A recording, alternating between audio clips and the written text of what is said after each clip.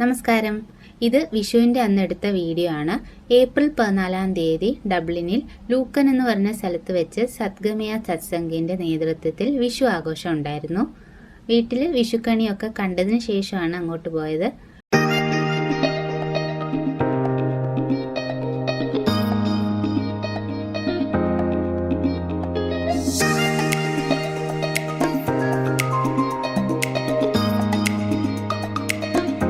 പതിനൊന്ന് മണി തൊട്ടായിരുന്നു പ്രോഗ്രാം.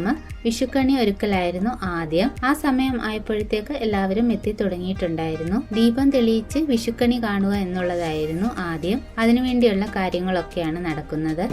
പ്രതീക്ഷയുടെയും ഐശ്വര്യത്തിന്റെയും സമൃദ്ധിയുടെയും ഒരു നല്ല വിഷുക്കാലം ഏവർക്കും ആശംസിച്ചുകൊണ്ട് സദ്ഗമയുടെ വിഷു ആഘോഷങ്ങൾക്ക് നമുക്ക് ഇന്നിവിടെ തുടക്കം കുറിക്കാം.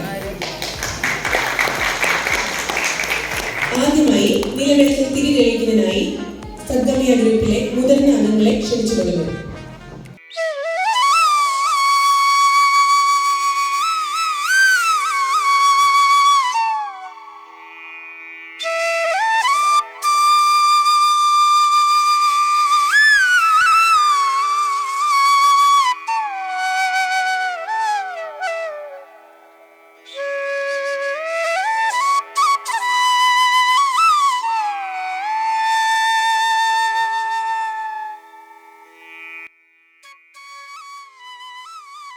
വിഷുവിനെ പറ്റിയുള്ള മെസ്സേജസും പിന്നെ പല കലാപരിപാടികളും ഒക്കെ ഉണ്ടായിരുന്നു.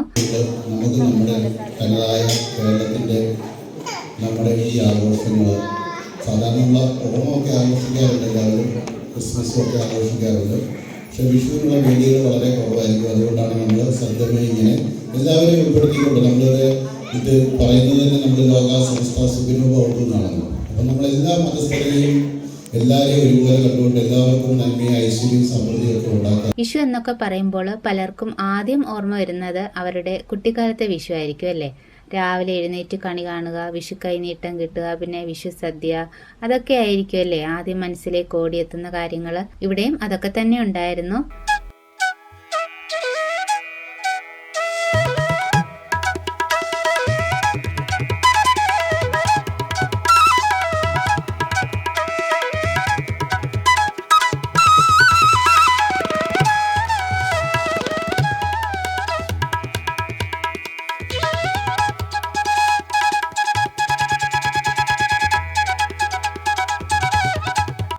അടുത്തത് വിഷു കൈനീട്ടമാണ്.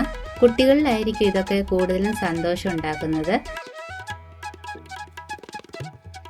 ഇവിടെ കുട്ടികൾക്ക് മാത്രമല്ല കേട്ടോ, മുതിർന്നവർക്കും വിഷു കൈനീട്ടം കൊടുക്കുന്നുണ്ടായിരുന്നു. എല്ലാവരും വിഷു കൈനീട്ടം വാങ്ങിക്കാൻ പോവുകയാണ്.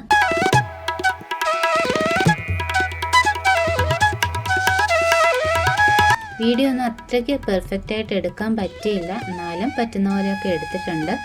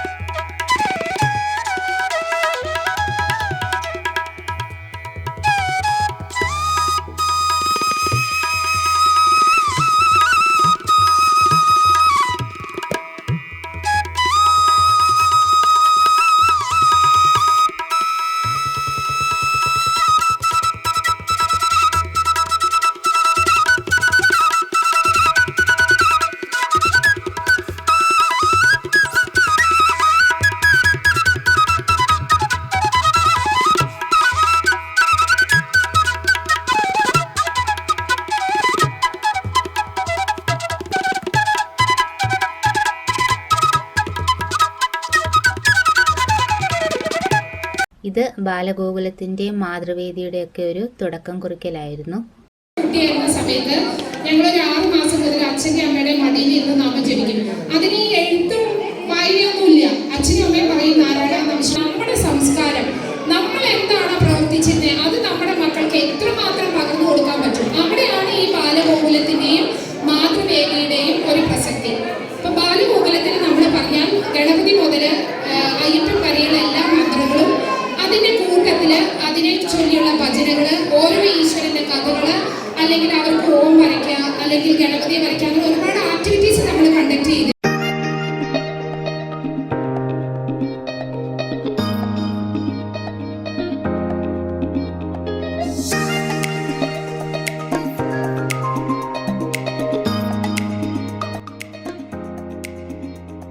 അതിനുശേഷം പിന്നെ സദ്യയായിരുന്നു. അത് പിന്നെ എടുത്തു പറയേണ്ടത് തന്നെയാണ്. ഒരു സദ്യയ്ക്ക് വേണ്ടുന്ന ഒട്ടുമിക്ക എല്ലാ വിഭവങ്ങളും ഉണ്ടായിരുന്നു. ഇത് കാറ്ററിംഗ് ഒന്നും അല്ലായിരുന്നു, സദ്ഗമയുടെ തന്നെ വനിതാ കൂട്ടായ്മയുടെ ഭാഗമായിട്ട് തയ്യാറാക്കിയതായിരുന്നു. അതുകൊണ്ട് തന്നെ ഒരു ഹോംലി ടേസ്റ്റും ഫീൽ ചെയ്തു.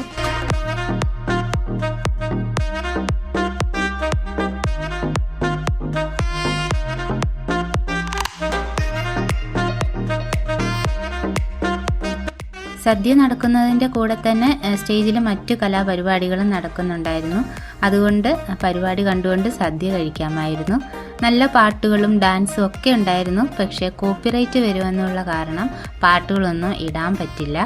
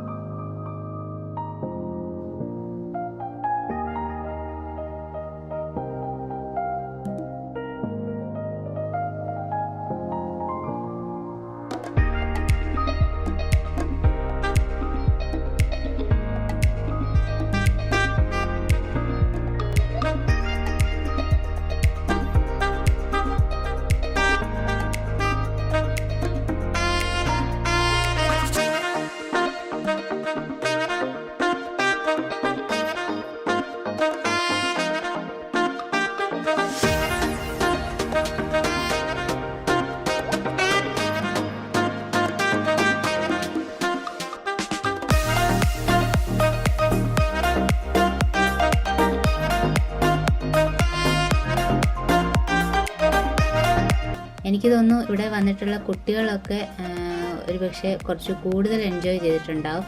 അവർക്ക് പിന്നെ നേരത്തെ കണ്ട പരിചയമൊന്നും വേണ്ട, മിനിറ്റുകൾക്കുള്ളിലാണ് അവർ ഫ്രണ്ട്സ് ആവുന്നത്.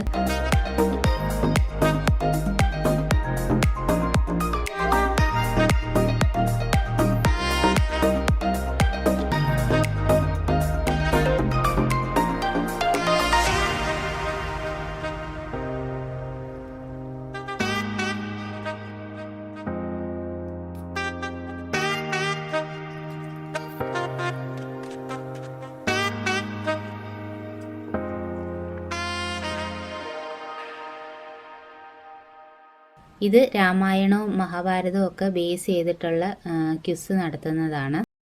കഥ നടക്കുന്നത് ഏത് യുഗത്തിലാണ്?